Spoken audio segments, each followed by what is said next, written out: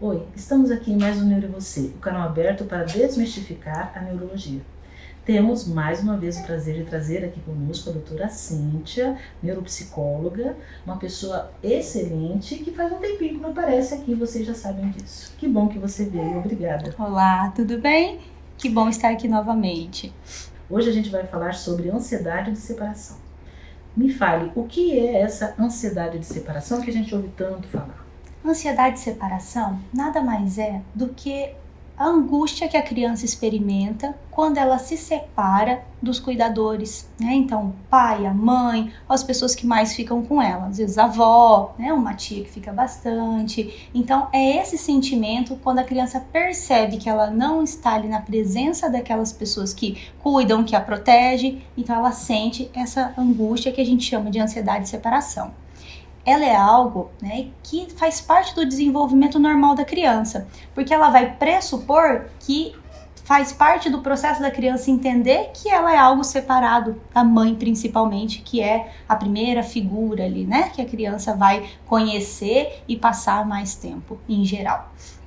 Bom, eu não sei se vocês se lembram, mas da última vez que a doutora Cíntia veio, ela não estava sozinha, ela estava acompanhada pelo Ricardinho, que naquela época ainda estava intraútero. Agora temos aqui o Ricardinho, presente, participando do nosso canal, estou muito orgulhosa, super bem comportada, olha só, gente.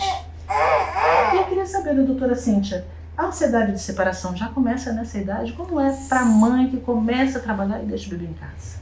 Então, essa ansiedade de separação começa exatamente a se intensificar nessa idade. Então, a criança até os 6 meses, ela acha que ela é uma continuidade da mãe. Ela não tem essa noção de que ela é um ser separado. Com 6 meses, vocês podem observar que aquela criança que antes ia com todo mundo começa a ficar brava quando não é as pessoas que ela conhece, né? Então, ela já começa a escolher pessoas que ela gosta, que geralmente são os cuidadores que ficam mais com ela. Então, é a fase que ela começa também a apresentar ansiedade de separação.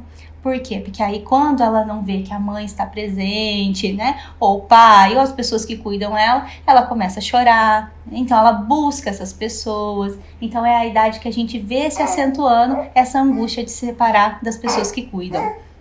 Angústia da mãe que vai trabalhar e ele que fica. Exatamente. Bom, a gente deixou o Ricardinho ali na sala ao lado para não incomodá-lo, a gente poder continuar o nosso bate-papo. Doutora Cíntia, quando a gente considera ansiedade de separação, que você falou que é uma coisa normal, né? As crianças passam por isso, quando a gente considera como patológico, como doença? Então, o período que a gente mais vai observar esse processo da ansiedade de separação como um processo normal do desenvolvimento é dos 6 meses aos 24 meses, aos 2 anos de idade. Então, dentro desse período é normal, porque a criança ela ainda vai estar entendendo que essa figura, ela, né, sai do campo de visão e ela não some, ela volta, e só que ela não tem noção de tempo. Então, ali ela vai chorar, porque ela não sabe quanto tempo essa pessoa vai ficar longe dela.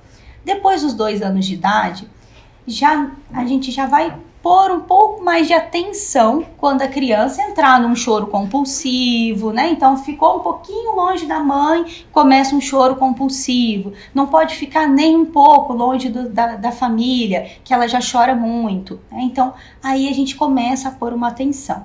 E quando, além do choro, né, da criança ela se sentir insegura, você observar também o que a gente chama de somatização. Então a criança começa a apresentar outros sintomas físicos, dor de barriga quando fica longe da família, né?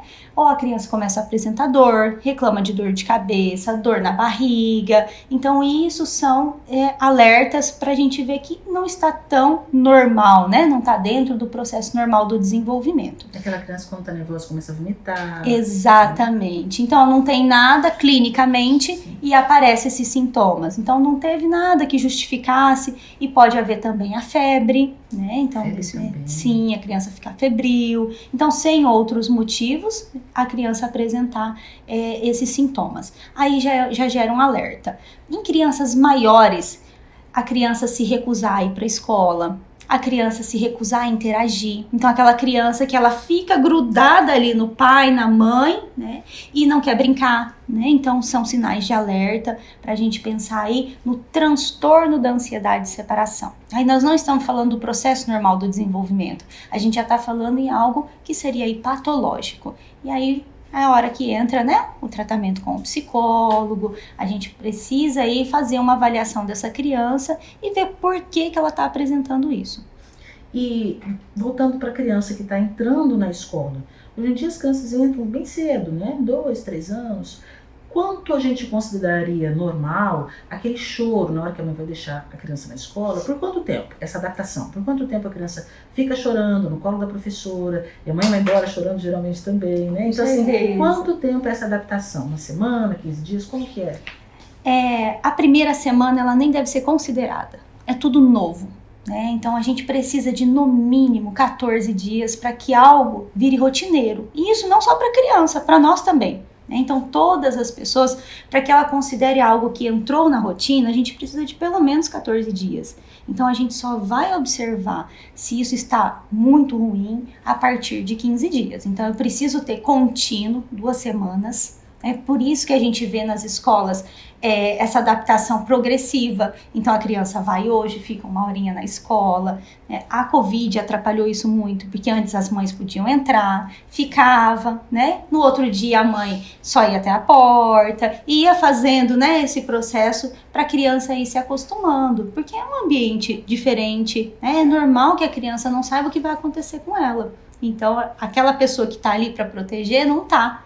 Então, é normal que a criança sinta isso. Então, eu considero pelo menos 15 dias, né, e se apresentar os sintomas físicos que nós falamos, né? Então, assim, o choro é normal, o protesto é normal. Até a dor de semana, exato, 14 dias. Exato. Se prolongar a partir de 14, ou se vier uma coisa muito intensa. Isso, né? Com sintomas fisiológicos, aí já não tá tão normal. Né? Perfeito. E o tratamento? Como que é esse tratamento? Orientação familiar, né? Então a gente vai orientar essa família como lidar com isso, com esse sentimento da criança. Outra coisa que a gente fala, né? A criança tem um objeto de transição, então ela poder levar algo de casa para que aquilo dê uma segurança para ela. Então tem criança que vai ter lá, né? Um paninho, uma naninha, uma fraldinha, um brinquedo, né? Então algo que ela possa levar ali para ela poder lembrar, né? Da segurança. Então ter isso representado, porque a criança é concreta. Né? Então, principalmente as pequenas, elas ainda não têm esse simbólico tão desenvolvido. Então ela precisa de algo concreto. A orientação familiar, que aí é individual, porque aí a gente vai precisar entender por que aconteceu isso com essa criança, o que está acontecendo, que ela tem tanta angústia de deixar essa família. Então o problema é mais o ambiente, a família, do que a criança em si. Do que a criança em si. Muito bom, adorei nosso papo, bem-vinda de volta, espero que você venha mais vezes esse ano. Com certeza. O Ricardinho.